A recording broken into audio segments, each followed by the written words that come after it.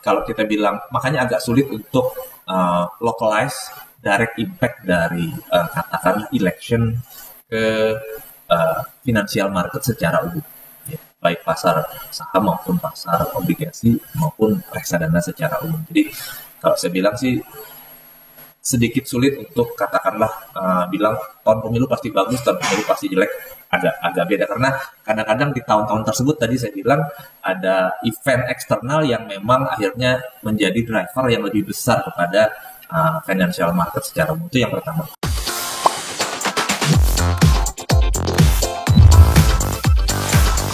Halo teman-teman investor ajaib semuanya, jumpa kembali bersama saya Ratimus Koneksi, Financial Expert Ajaib Sekuritas. Di hari ini teman-teman semuanya kita akan mendatangkan ya tamu spesial di acara kita Fund Talk kali ini. Tamu spesial kita datang dari Sayater Capital Asset Management. Mungkin tanpa berlama-lama kita langsung kenalan nih sama Pak Ahmad Solihin sebagai Chief Investment Officer dari Sayater Capital Asset Management. Dan mungkin teman-teman semuanya bisa akrab juga dipanggil Pak Oli nih ya. Jadi biar kita akrab aja, biar kita juga ngobrol-ngobrolnya seru nih nanti ya sampai di akhir sesi. Mungkin kita sapa dulu ya teman-teman ya. Halo Pak Oli. Halo Rati dan saya bilangnya apa nih? Viewer dari Ajaib. Ya teman-teman investor Ajaib semuanya. Oke nih ya Pak Oli ya sebagai CIO. Mungkin sebelumnya bisa diperkenalkan dulu Pak terkait dengan track record Bapak tuh udah berapa lama sih di pasar modal? Mungkin bisa di-share nih ke teman-teman investor Ajaib. Ini jadi enak ya karena Ajaib kan biasanya viewernya agak muda-muda. Jadi kelihatannya biar terlihat muda dong Pak ya berarti. Sedikit tua gitu. Tapi anyway, halo semuanya. Nama saya Ahmad Solihin, biasa dipanggil Oli, jadi nanti santai aja manggilnya Oli. Saya bekerja di Sayater Capital udah kurang lebih 5 tahun, dari tahun 2018 ya. Tapi saya di capital market kurang lebih udah dari tahun 97. Jadi 97 kalau dipotong sekolah setahun, jadi kurang lebih berapa tuh? 25 ya. 25 tahun lah kurang lebih di capital market. Join pertama waktu itu sebagai MT di salah satu perusahaan sekuritas lokal. Terus biasa kalau kita di sell side mungkin dari dulu sampai sekarang lah ya, kalau kita bilang sell side sama buy side. Sell side itu biasanya perusahaan sekuritas, buy side itu basically asset management company. Jadi saya startnya dari sell side, dari perusahaan sekuritas 97, terus saya 99 saya sekolah lagi. Balik ke Indonesia tahun 2001, saya start lagi waktu itu di BS, namanya masih Vickers Balas waktu itu, 2 tahun di sana, pindah-pindah. Kalau di sell side itu kurang lebih tiap 2-3 tahun tuh pindah-pindah. Jadi saya pernah di BS Vickers, sekarang di BS Sekuritas, terus pernah di Mandiri Sekuritas lumayan lama, terus pernah di Credit Union atau CLSA, pernah di Macquarie gitu. Jadi umum gitu ya, kalau di sales atau di brokerage firm itu kita pindah-pindah dan kerjaannya sama semua sih, basically analis, cuman coverage-nya juga ya, kurang lebih agak ganti-ganti, tapi saya cover macam-macam sektor lah waktu itu, sampai akhirnya saya pindah ke asset management company di tahun 2010 waktu itu. Saya join BNP Paribas, saya di sana 8 tahun sampai 2018 terus join Sayater Capital gitu. Anyway, lama di capital market itu bukan berarti saya paling tahu gitu ya, dari dari banyak investor. Saya juga terus terang banyak belajar juga dari yang muda-muda gitu kan, karena kalau ketemu sama orang yang lebih muda itu perspektifnya tentunya bisa berbeda gitu. Jadi kalau kita udah 20 tahun ngeliatin 1, 2, 3, 4 sektor, mungkin kacamata kita agak selalu terpaku pada sesuatu yang mungkin orang lain bisa melihatnya berbeda dengan saya. So, I appreciate discussion dengan teman-teman yang tentunya usianya sedikit terpaut dari saya. Boleh ya Pak sedikit ya gitu ya tadi ya. Gitu. Tapi kurang lebih kayak gitu ya. Oke ya teman-teman. Karir saya selama 20 tahun, 25 tahun terakhir. Oke, jadi dari tahun 1997 gitu ya Pak.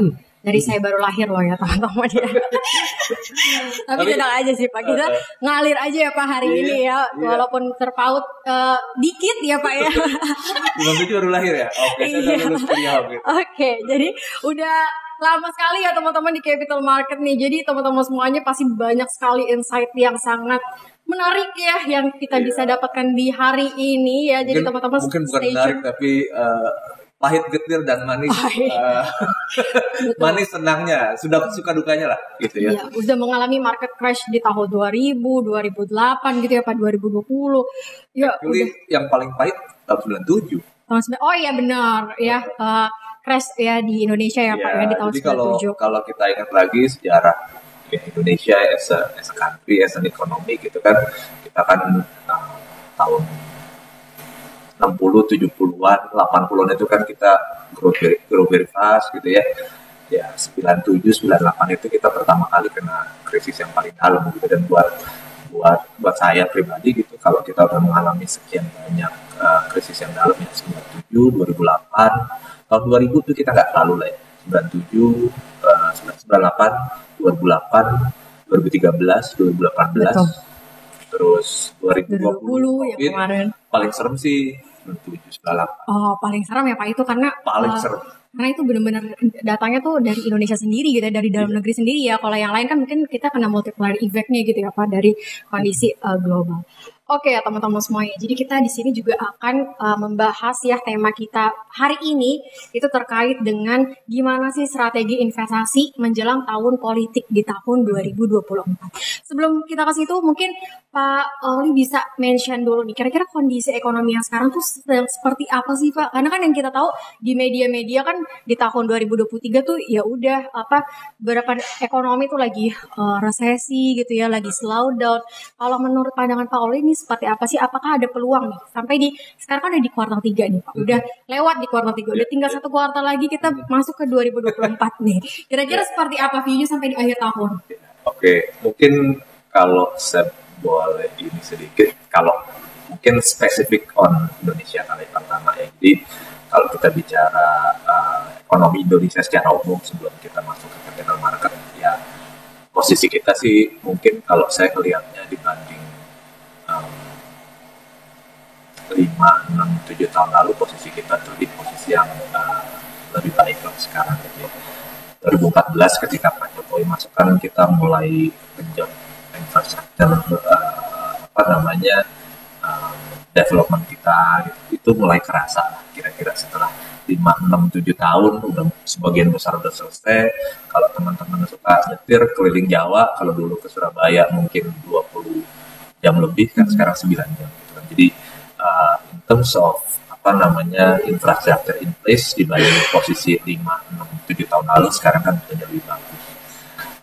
Dari sisi stability metrics juga kita kalau saya bilang lebih bagus dari beberapa tahun yang lalu atau mungkin juga lebih bagus dari banyak negara tetangga kita. Jadi kalau kita bilang stability metrics tuh kayak angka inflasi kita, angka orang bilang neraca transaksi berjalan ya atau current defisit kita itu kan sekarang ya slide defisit ya, tapi tahun-tahun sebelumnya itu surplus. Artinya apa? Artinya itu kemampuan ekonomi kita untuk menghadapi shock itu dari eksternal itu tentunya lebih bagus gitu, karena kalau kita ingat tahun 2013 misalnya di 10 tahun yang lalu kira-kira waktu kita ingat juga waktu itu ada Fed tapering tantrum ya, ketika ada Fed dari US Fed itu mulai mengkomunikasikan rencana mereka untuk menghentikan quantitative easing yang mereka ambil dari tahun 2008-2009 yang intinya sih nanti supply dolarnya bisa berkurang kira-kira gitu ya. Waktu itu kan kita punya defisit kan sekitar 4% kali ya at one point gitu. Sekarang kan kita ya mungkin minus 1 gitu. Artinya kalau kita defisitnya itu kecil atau kita ada surplus sedikit, kalau ada shock di luar di mana tahu-tahu dolarnya lari gitu ya, terus ada eksternal shock yang besar yang bikin orang takut resiko sehingga ada outflow gede ke ekonomi kita gitu ya, kita biasanya kita nggak perlu sampai kayak tahun 2013 naikin suku bunga sangat tinggi, karena kalau kita punya tadi balik lagi sekarang akun itu defisitnya kecil, misalnya plus minus persen gitu ya, itu bisa ditutupi oleh sumber dana jangka panjang yang datang dari foreign direct investment. Jadi itu lebih matching. Jadi ada short dollar, tapi at the same time kita punya surplus dolar yang datang dari FDI dalam bentuk foreign direct investment, artinya sumber dana jangka panjang yang memang secara umum rata-rata itu sekitar 1,5 sampai 2% dari GDP. Itu lebih intinya itu bikin negara kita menjadi lebih stabil gitu ya. Mungkin kalau kita bicara pertumbuhan mungkin selama beberapa tahun terakhir di luar waktu COVID ya memang belum bisa optimal seperti dulu ya. 20-30 tahun lalu ketika growth kita sangat kencang. Target tuh pengen dari zaman Pak SBY sampai ke zaman Pak Jokowi tuh pengen 7% tuh kayaknya sampai sekarang belum pernah ada kejadian. So kita di level 5 sekarang ya, tapi kalau kedepannya tentunya kalau investment itu terus jalan, terutama di real investment, kalau sekarang yang paling sering di apa namanya kadang-kadang, tapi yang pertumbuhan investasinya paling tinggi tentunya di hilirisasi mineral kita gitu ya. Itu udah banyak membantu kita tadi dari sisi stability, tapi juga dari sisi potential growth ke depannya. Kalau downstreaming itu terus berlanjut, bukan cuma bikin baterai, tapi bikin baterainya sendiri dan bikin EV ke depannya, yaitu tentunya juga bisa jadi sumber pertumbuhan baru mungkin di 3, 4, 5 tahun ke depan. Jadi dari sisi balik lagi tadi tahun 2023 kayak apa, we are okay secara relatif dibandingkan mungkin 2013 gitu ya gitu ya. We are okay juga dibandingin peers kita di negara tetangga. Paling gampang kalau kita ngelihat rupiah dolar kita walaupun sedikit melemah mungkin di beberapa minggu atau bulan belakangan, tapi relatif dibandingkan dengan mata uang negara tetangga ya kita sebenarnya sih better off. Year to date currency kita kan mungkin dari 15.5 sekarang 15.7 Pak. Kemarin terakhir gitu kan ya. Waduh, udah ketar-ketir juga nih Pak ya. Sekarang udah 15.7. Tapi kalau kita ngelihat persentasenya sebenarnya nggak sebesar itu gitu. Jadi poin saya sih sebenarnya akhir tahun lalu 15.5, sekarang 15.7, kalau kita ngitung percentage ya 1% lebih dikit aja gitu ya. Nggak sangat. Jadi beda sama magnitudenya kalau kita dari 10.000 ke 11.000 itu kan 10% gitu ya. Dari 11.000 ke 12.000 tuh another 9% gitu. Tapi kalau dari 15,5 ke 15.7 ya manageable lah ya sebenarnya ya gitu. Dan satu lagi yang paling penting kalau nanti buat teman-teman di dunia usaha kan bukan cuman persentasenya, tapi seberapa cepat rupiah itu melemah. Jadi kalau melemahnya 3% atau 5% dalam waktu 1 bulan sama 5% dalam waktu 1 tahun tuh dengan pace yang berbeda, respon dari dunia usaha juga harusnya berbeda. Mereka akan lebih mampu untuk mengadjust lah kira-kira gitu. Tapi kalau shocknya terjadi dalam waktu yang sangat singkat, itu yang bikin orang mungkin lebih panik. Mungkin itu sih. Baik. Jadi kalau bisa dikatakan saat ini sih sebenarnya kita punya kondisi ekonomi lebih baik dibandingkan dengan di tahun 2013 ya Pak ya. Ya. Tadi kita punya current account juga sebenarnya masih tumbuh juga ya. Walaupun tadi kalau misalnya current account kita juga mungkin ada penurunan, at least FDI kita kan beberapa tahun terakhir ini lumayan signifikan ya Pak ya. Dan terus masuk. Iya, di periodenya Pak Jokowi gitu ya. Nah ini kita lagi ngomongin nyambung ke politik nih Pak. Kalau menurut Pak Oli sendiri, ini untuk di tahun-tahun politik ini tuh seperti apa sih pergerakan di pasar keuangan, di pasar reksadana mungkin lebih khususnya lagi. Mungkin di obligasi ya, kemudian juga di pasar uang mungkin bisa di-share nih Pak. Oke, jadi kalau misalnya ini kan kita udah, kalau bisa dibilang pemilu langsung ini udah kita mengalami 2004, 9, 14, 19, berarti udah 4 kali gitu ya. Unfortunately di tiap episode itu ada event-event berbeda yang mungkin kalau saya bilang mau pemilu atau nggak pemilu nggak ngaruh gitu di tahun tersebut. Kayak 2009 itu kan basically kita baru recover dari 2008 krisis gitu ya. Terus sama extend 2019 itu kita baru basically Donald Trump pilih kalau nggak salah ya. Jadi itu juga ada apa namanya, ada US China trade war gitu. Jadi kalau kita bilang, makanya agak sulit untuk localize direct impact dari katakanlah election ke financial market secara umum, ya, baik pasar saham maupun pasar obligasi maupun reksadana secara umum. Jadi kalau saya bilang sih sedikit sulit untuk katakanlah bilang tahun pemilu pasti bagus, tahun pemilu pasti jelek. Agak beda karena kadang-kadang di tahun-tahun tersebut tadi saya bilang ada event eksternal yang memang akhirnya menjadi driver yang lebih besar kepada financial market secara umum. Itu yang pertama.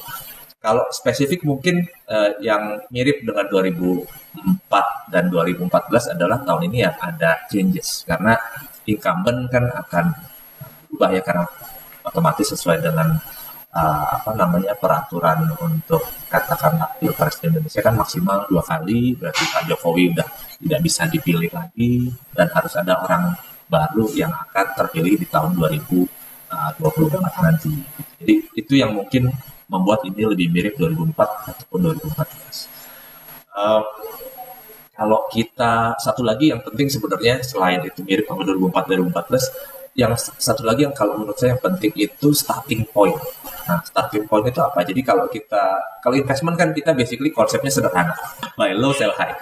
Kalau buy high, sell higher, gitu kira-kira itu kan. Betul ya, teman-teman ya, kalau udah beli high ya sellnya jangan di low, sellnya di higher. Kalau bisa, gitu. Tapi intinya kan buy low, sell high. Jadi poinnya adalah balik lagi ke starting point gitu. Jadi starting point kita sekarang gimana? Market kita murah apa mahal gitu kan, investor itu di Indonesia udah crowded apa enggak gitu kan. Jadi kalau starting point kita di bawah low itu lebih gampang buat jual di higher, iya gitu kan, high gitu kan. Jadi lebih gampang buat buy low sell high gitu. Jadi kalau udah starting point kita udah di atas gitu ya, ya itu tentunya kita artinya apa? Artinya kan market itu udah pricing in a lot of good things into the financial market yang bikin tentunya untuk cari cuan itu atau cari untung itu akan lebih susah dibandingin kalau kita belinya misalnya di bawah. Nah ini mungkin kalau saya sedikit ke sana, kalau saya melihatnya pasar obligasi kita dan pasar saham kita sekarang investor asingnya very light. Gitu. Artinya posisi mereka di Sun ya dari pre-COVID belum balik sampai sekarang. Kalau kita ingat dulu pre-COVID kan porsi asing mungkin 30% lebih dari total Sun outstanding, sekarang ya mungkin setengah, 14%, 13% gitu ya. Jadi masih jauh asingnya untuk masuk balik ke Sun kita. Terus kalau untuk porsi asing di pasar saham kita juga rasanya sih ya 2 bulan terakhir mereka keluar gitu kan. Jadi year to date minus 300 jutaan dolar kali ya. Gitu. 20 triliun Pak. Yang hari kemarin ya Pak ya. Ini aslinya net sell ya teman-teman, 20 T nih di market. Saat itu 2 bulan kali ya. Saya kan ya kurang lebih lah gitu ya, selama 2 bulan terakhir gitu. Jadi posisi investor asingnya udah very light di dua instrumen tadi. Ya tentunya bearing any external shocks gitu ya. Kalau kita bisa melewati shock di US, karena kan US sendiri kan mereka masih mesti beres-beres lah ya, ibaratnya gitu kan, masih mesti isu banyak US Treasury gitu kan, juga tekanan inflasi di sana juga masih agak turun sih gitu ya, tapi kan belum di level yang bikin katakanlah US Fed itu menjadi lebih nyaman gitu untuk kasih tone yang lebih less hawkish dibanding apa yang kita udah dapat selama mungkin 18 bulan terakhir gitu. Jadi bearing any shocks dari eksternal harusnya sih tahun depan dengan starting point yang lebih bawah. Kalau market itu kan sederhananya nih, kalau equity market gitu ya, kalau kita bicara pasar saham, harga itu kan basically earnings kali multipliernya berapa gitu kan, PE gitu kan. Jadi kalau earningsnya tumbuh, katakanlah laba perusahaan rata-rata di di bursa itu tumbuh 10%, ya theoretically kalau kita multiple-nya nggak berubah, ya tumbuh 10% gitu tiap tahun gitu kan. Yang susah itu kan forecast multiple-nya gitu kan. Jadi kalau sekarang anggaplah PI 14, kalau tahun depan kita anggap PI-nya sama 14 juga, earnings-nya tumbuh 10, harusnya market realistically tumbuh 10 plus dividend yield 3%-an gitu misalnya. Jadi potentially segitu gitu ya, bearing any resiko di luar. Kalau untuk pasar Sun sendiri ya tergantung ya. Balik lagi kalau kita simply ngelihat spesifik di pasar domestik, ya kita punya inflasi kan dekat-dekat 3% lah ya. Jadi kita punya Sun sekarang 7 gitu, dekat-dekat. Terus kita punya BI rate sekarang di 5.75 gitu. Jadi real rate-nya udah lumayan tebel sebenarnya gitu ya, untuk untuk as an ekonomi untuk berada di level yang katakanlah stabil gitu ya. Dan cuman tadi kita yang nggak tahu kan external shock itu seberapa dalam dan seberapa cepat, yang bikin ya tentunya angka-angka tadi bisa bergeser lagi. Tapi poin saya sih sebenarnya angka 7 juga tadi starting point yang mungkin menarik buat banyak investor. Yield aja Pak ya? Iya. Sekarang udah di 7 ya. Berarti udah mungkin sekarang sih mau hari ini ya turun dikit lah ya, 69 kali ya, tapi kan sempat ke 71 gitu, jadi bentuknya 10 tahun. Udah di spill ya, berarti sekarang lagi murah gitu ya Pak ya, kalau bisa dibilang ya. Relatively speaking ya, kalau kita ini kan semua relatif gitu ya, jadi starting point yang lebih enak gitu buat investor masuk di level-level sekarang. Oke, kalau untuk di ekuitas ya Pak, apakah sekarang udah 6.900 ya Pak? Mungkin investor nunggu kapan nih IHSG balik lagi ke 6.500 gitu kan. Kayak kemarin tuh di kuartal 2 ya, apakah nanti akan balik lagi ke 6.500 atau malah lanjut nih mengalami penguatan kalau untuk di pasar ekuitas sendiri, kalau menurut Pak Oli? Ini kalau tadi kan kita bicara fundamentally, kan tadi kita ngomong kalau tumbuh 10% laba ya harusnya sahamnya pasarnya juga naik 10%. Kayak tahun ini kan juga sebenarnya laba korporasi rata-rata juga tumbuhnya dekat-dekat double digit. Jadi harusnya sih juga, tapi kan year to date enggak. Year to date kan basically ya dekat-dekat flat malahan gitu kan. Jadi theoretically kalau tahun ini nggak tumbuh, tahun depan earnings-nya masih tumbuh 10, pasar tambah murah sekarang. Ya kan? Karena tahun ini nggak kemana-mana, tahun depan kalau kita asumsi earnings atau laba dari perusahaan itu masih tumbuh 10%, theoretically sih sebenarnya pasarnya bertambah murah gitu dan menjadi lebih menarik gitu ya. Yang balik lagi ke kita sebagai investor gitu ya, kalau kita punya view yang agak lebih panjang dari 1 tahun misalnya gitu kan, ya kita aja sih gitu, karena anggapannya misalnya tiap tahun ini earnings-nya tumbuh 10% misalnya ya, kita anggap 3 tahun ke depan, ya berarti 3 tahun dari sekarang pasarnya akan 30% lebih murah daripada apa yang kita beli sekarang gitu ya. Kalau marketnya nggak kemana-mana gitu ya asumsinya. Jadi itu sih sederhananya gitu ya. Yang sulit itu memang kita memprediksi, karena kan yang namanya PE itu, price earnings multiple itu ya, itu kan ada komponen non fundamental di dalamnya gitu. Jadi kalau PE itu kan fungsi dari growth, fungsi dari risk premium, fungsi dari katakanlah rate yang kebetulan berlaku di negara tersebut pada hari tersebut gitu. Jadi itu yang dan komponen risk premium itu yang bergeser-geser tuh. Jadi kalau orang lagi takut resiko, risk premiumnya ntar naik gitu kan. Jadi akibatnya PI-nya dari 10 jadi 8, padahal laba perusahaannya mah sama aja gitu kan. Laba perusahaannya misalnya 1.000 gitu kan. PI-nya tadinya 10, harganya 10.000. Gitu PI 8 padahal labanya tetap 1.000, ya jadi 8.000. Turun 20%, padahal nggak ada perubahan fundamental buat si company. Jadi mungkin sederhananya sih kita nggak tahu ya dari 6 bulan dari sekarang sampai 6 bulan atau 12 bulan ke depan itu bakal ada external shock yang besar atau enggak. Terus terang saya nggak bisa predik itu. Tapi kalau simply based on fundamental, based on starting point kita sekarang, harusnya ya both market equity sama fixed income menjadi lebih menarik dibandingkan mungkin kalau misalnya 6 bulan lalu gitu ya. Itu sih. Oke. Terus kemudian mungkin bisa di-share nih Pak. Kalau misalnya tadi kondisi yang memang saat ini tuh bisa dikatakan kita juga lagi wait and see juga ya Pak ya, terkait dengan sentimen secara global maupun juga secara domestik tadi. Kalau secara domestik sih bisa dikatakan ya fundamental kita masih oke gitu ya Pak ya. Cuman tadi external shock tadi ya teman-teman ya. Dan di tengah external shock ini kalau menurut Pak Oli sendiri ini kalau dari capital asset Shalendra Capital Asset Management nih produk apa sih Pak yang cocok nih buat kondisi yang saat ini dan juga kondisi menjelang pemilu ini kira-kira apa sih yang cocok nih untuk diinvestasikan mungkin buat teman-teman investor aja? Oke. Jadi kalau produk mungkin apa namanya ya karena tadi starting point-nya udah lebih murah, produk fixed income sih jadi relatif lebih menarik gitu kan. Saya juga nggak yakin sebenarnya kalau kayak kita bilang US market gitu ya atau US economy berapa lama sih mereka tahan di apa namanya yield 5% gitu ya. Ya intinya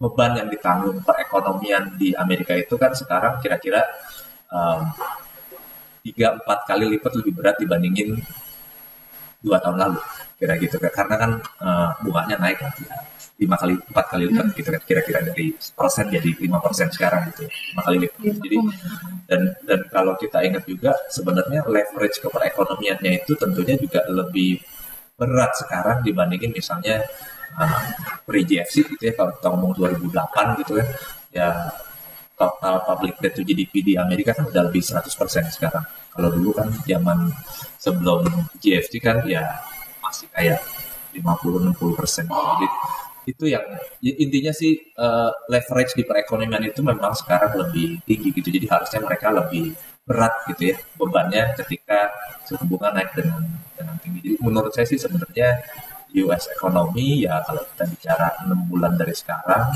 kalau sekarang orang bilangnya higher for longer di US itu kan temanya sekarang gitu higher for longer karena growth momentum di Amerika itu masih kerasa kuat gitu ya karena income dari baik dari corporate maupun individu itu dirasa masih cukup sehat gitu ya tapi as tightening itu udah berjalan 18 bulan kalau kita bicara 6 bulan ke depan berarti udah 24 bulan gitu ya terus juga apa namanya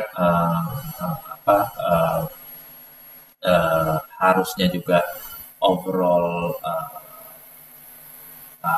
spending dari corporate maupun dari individu itu akan terasa makin berat gitu ya sejalan juga dengan job yang harusnya juga akan semakin tumbuh semakin pelan ke depannya kalau kita sih melihatnya kalau US itu memang growth-nya makin pelan ya harusnya yield-nya juga udah mendekati peak harusnya juga sebenarnya Fed itu juga less and less likely untuk tighten further dari apa yang kita lihat sekarang. Nah, kalau kejadiannya seperti itu, harusnya sih itu juga cukup sportif buat kita punya rupiah, buat kita punya sun, dan mungkin juga eventually nanti akan ke kita punya pasar saham. Jadi itu sih yang pertama itu jadi menurut kita sih buat investor di Indonesia gitu ya terutama dan juga investor asing yang masuk ke Indonesia mereka tuh pengen lihat dolarnya nggak rally lagi kalau kita lihat kayak dolar indeks kan dari Juli ke sekarang udah naik sekitar 6%-an gitu 6-7%. Nah kalau dari level yang sekarang kita lihat itu dolar indeksnya trennya menjadi lebih lemah gitu ya dalam 3-6 bulan ke depan karena ekonomi US mungkin udah memasuki fase yang lebih pelan atau lebih lambat gitu dan sejalan dengan itu yield di US juga mungkin mendekati peak dan mulai turun gitu kan kemarin karena inflasinya juga ya di 4,7 Pak kemarin kan sempat ya untuk US punya imbal hasil obligasi nih untuk yang 10 tahun ya teman-teman ya terus sekarang udah ke 4,6 ini udah peak ya berarti Pak ya bisa dikatakan nggak tahu oke saya nggak tahu gitu cuman maksudnya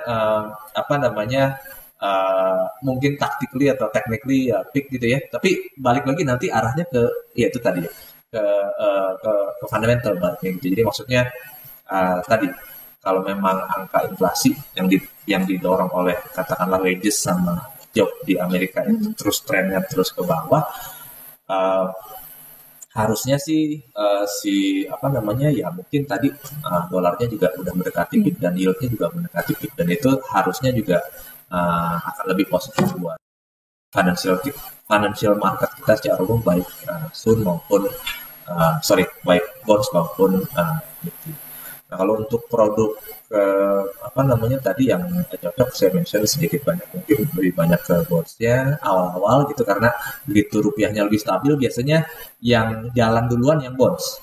Ya, kan begitu rupiah stabil tuh biasanya jalan duluan yang bonds, begitu bondsnya mungkin udah mulai jalan, yield kita mulai turun, performance-nya lebih baik, baru biasanya equity-nya bisa lebih perform gitu ya. Nah ini mungkin kalau tadi menjawab soal pemilu di tahun 2024, ini yang lebih sulit menjawabnya karena dibanding sama external shock tadi ya Pak ya, ini lebih kita membayangkan ini seperti apa tahun 2024 nanti gitu kan. Iya, itu yang lebih susah karena ya yang daftar juga belum ya. Gitu. Karena akan ganti kan ke kepemimpinan gitu, pasti akan beda di antara tahun yang sebelumnya 2019 sama 2014 gitu kan ya Pak. Jadi lebih susah lagi nih untuk memproyeksikannya. Tapi kalau menurut Pak Oli sendiri ada nggak sih kisi-kisinya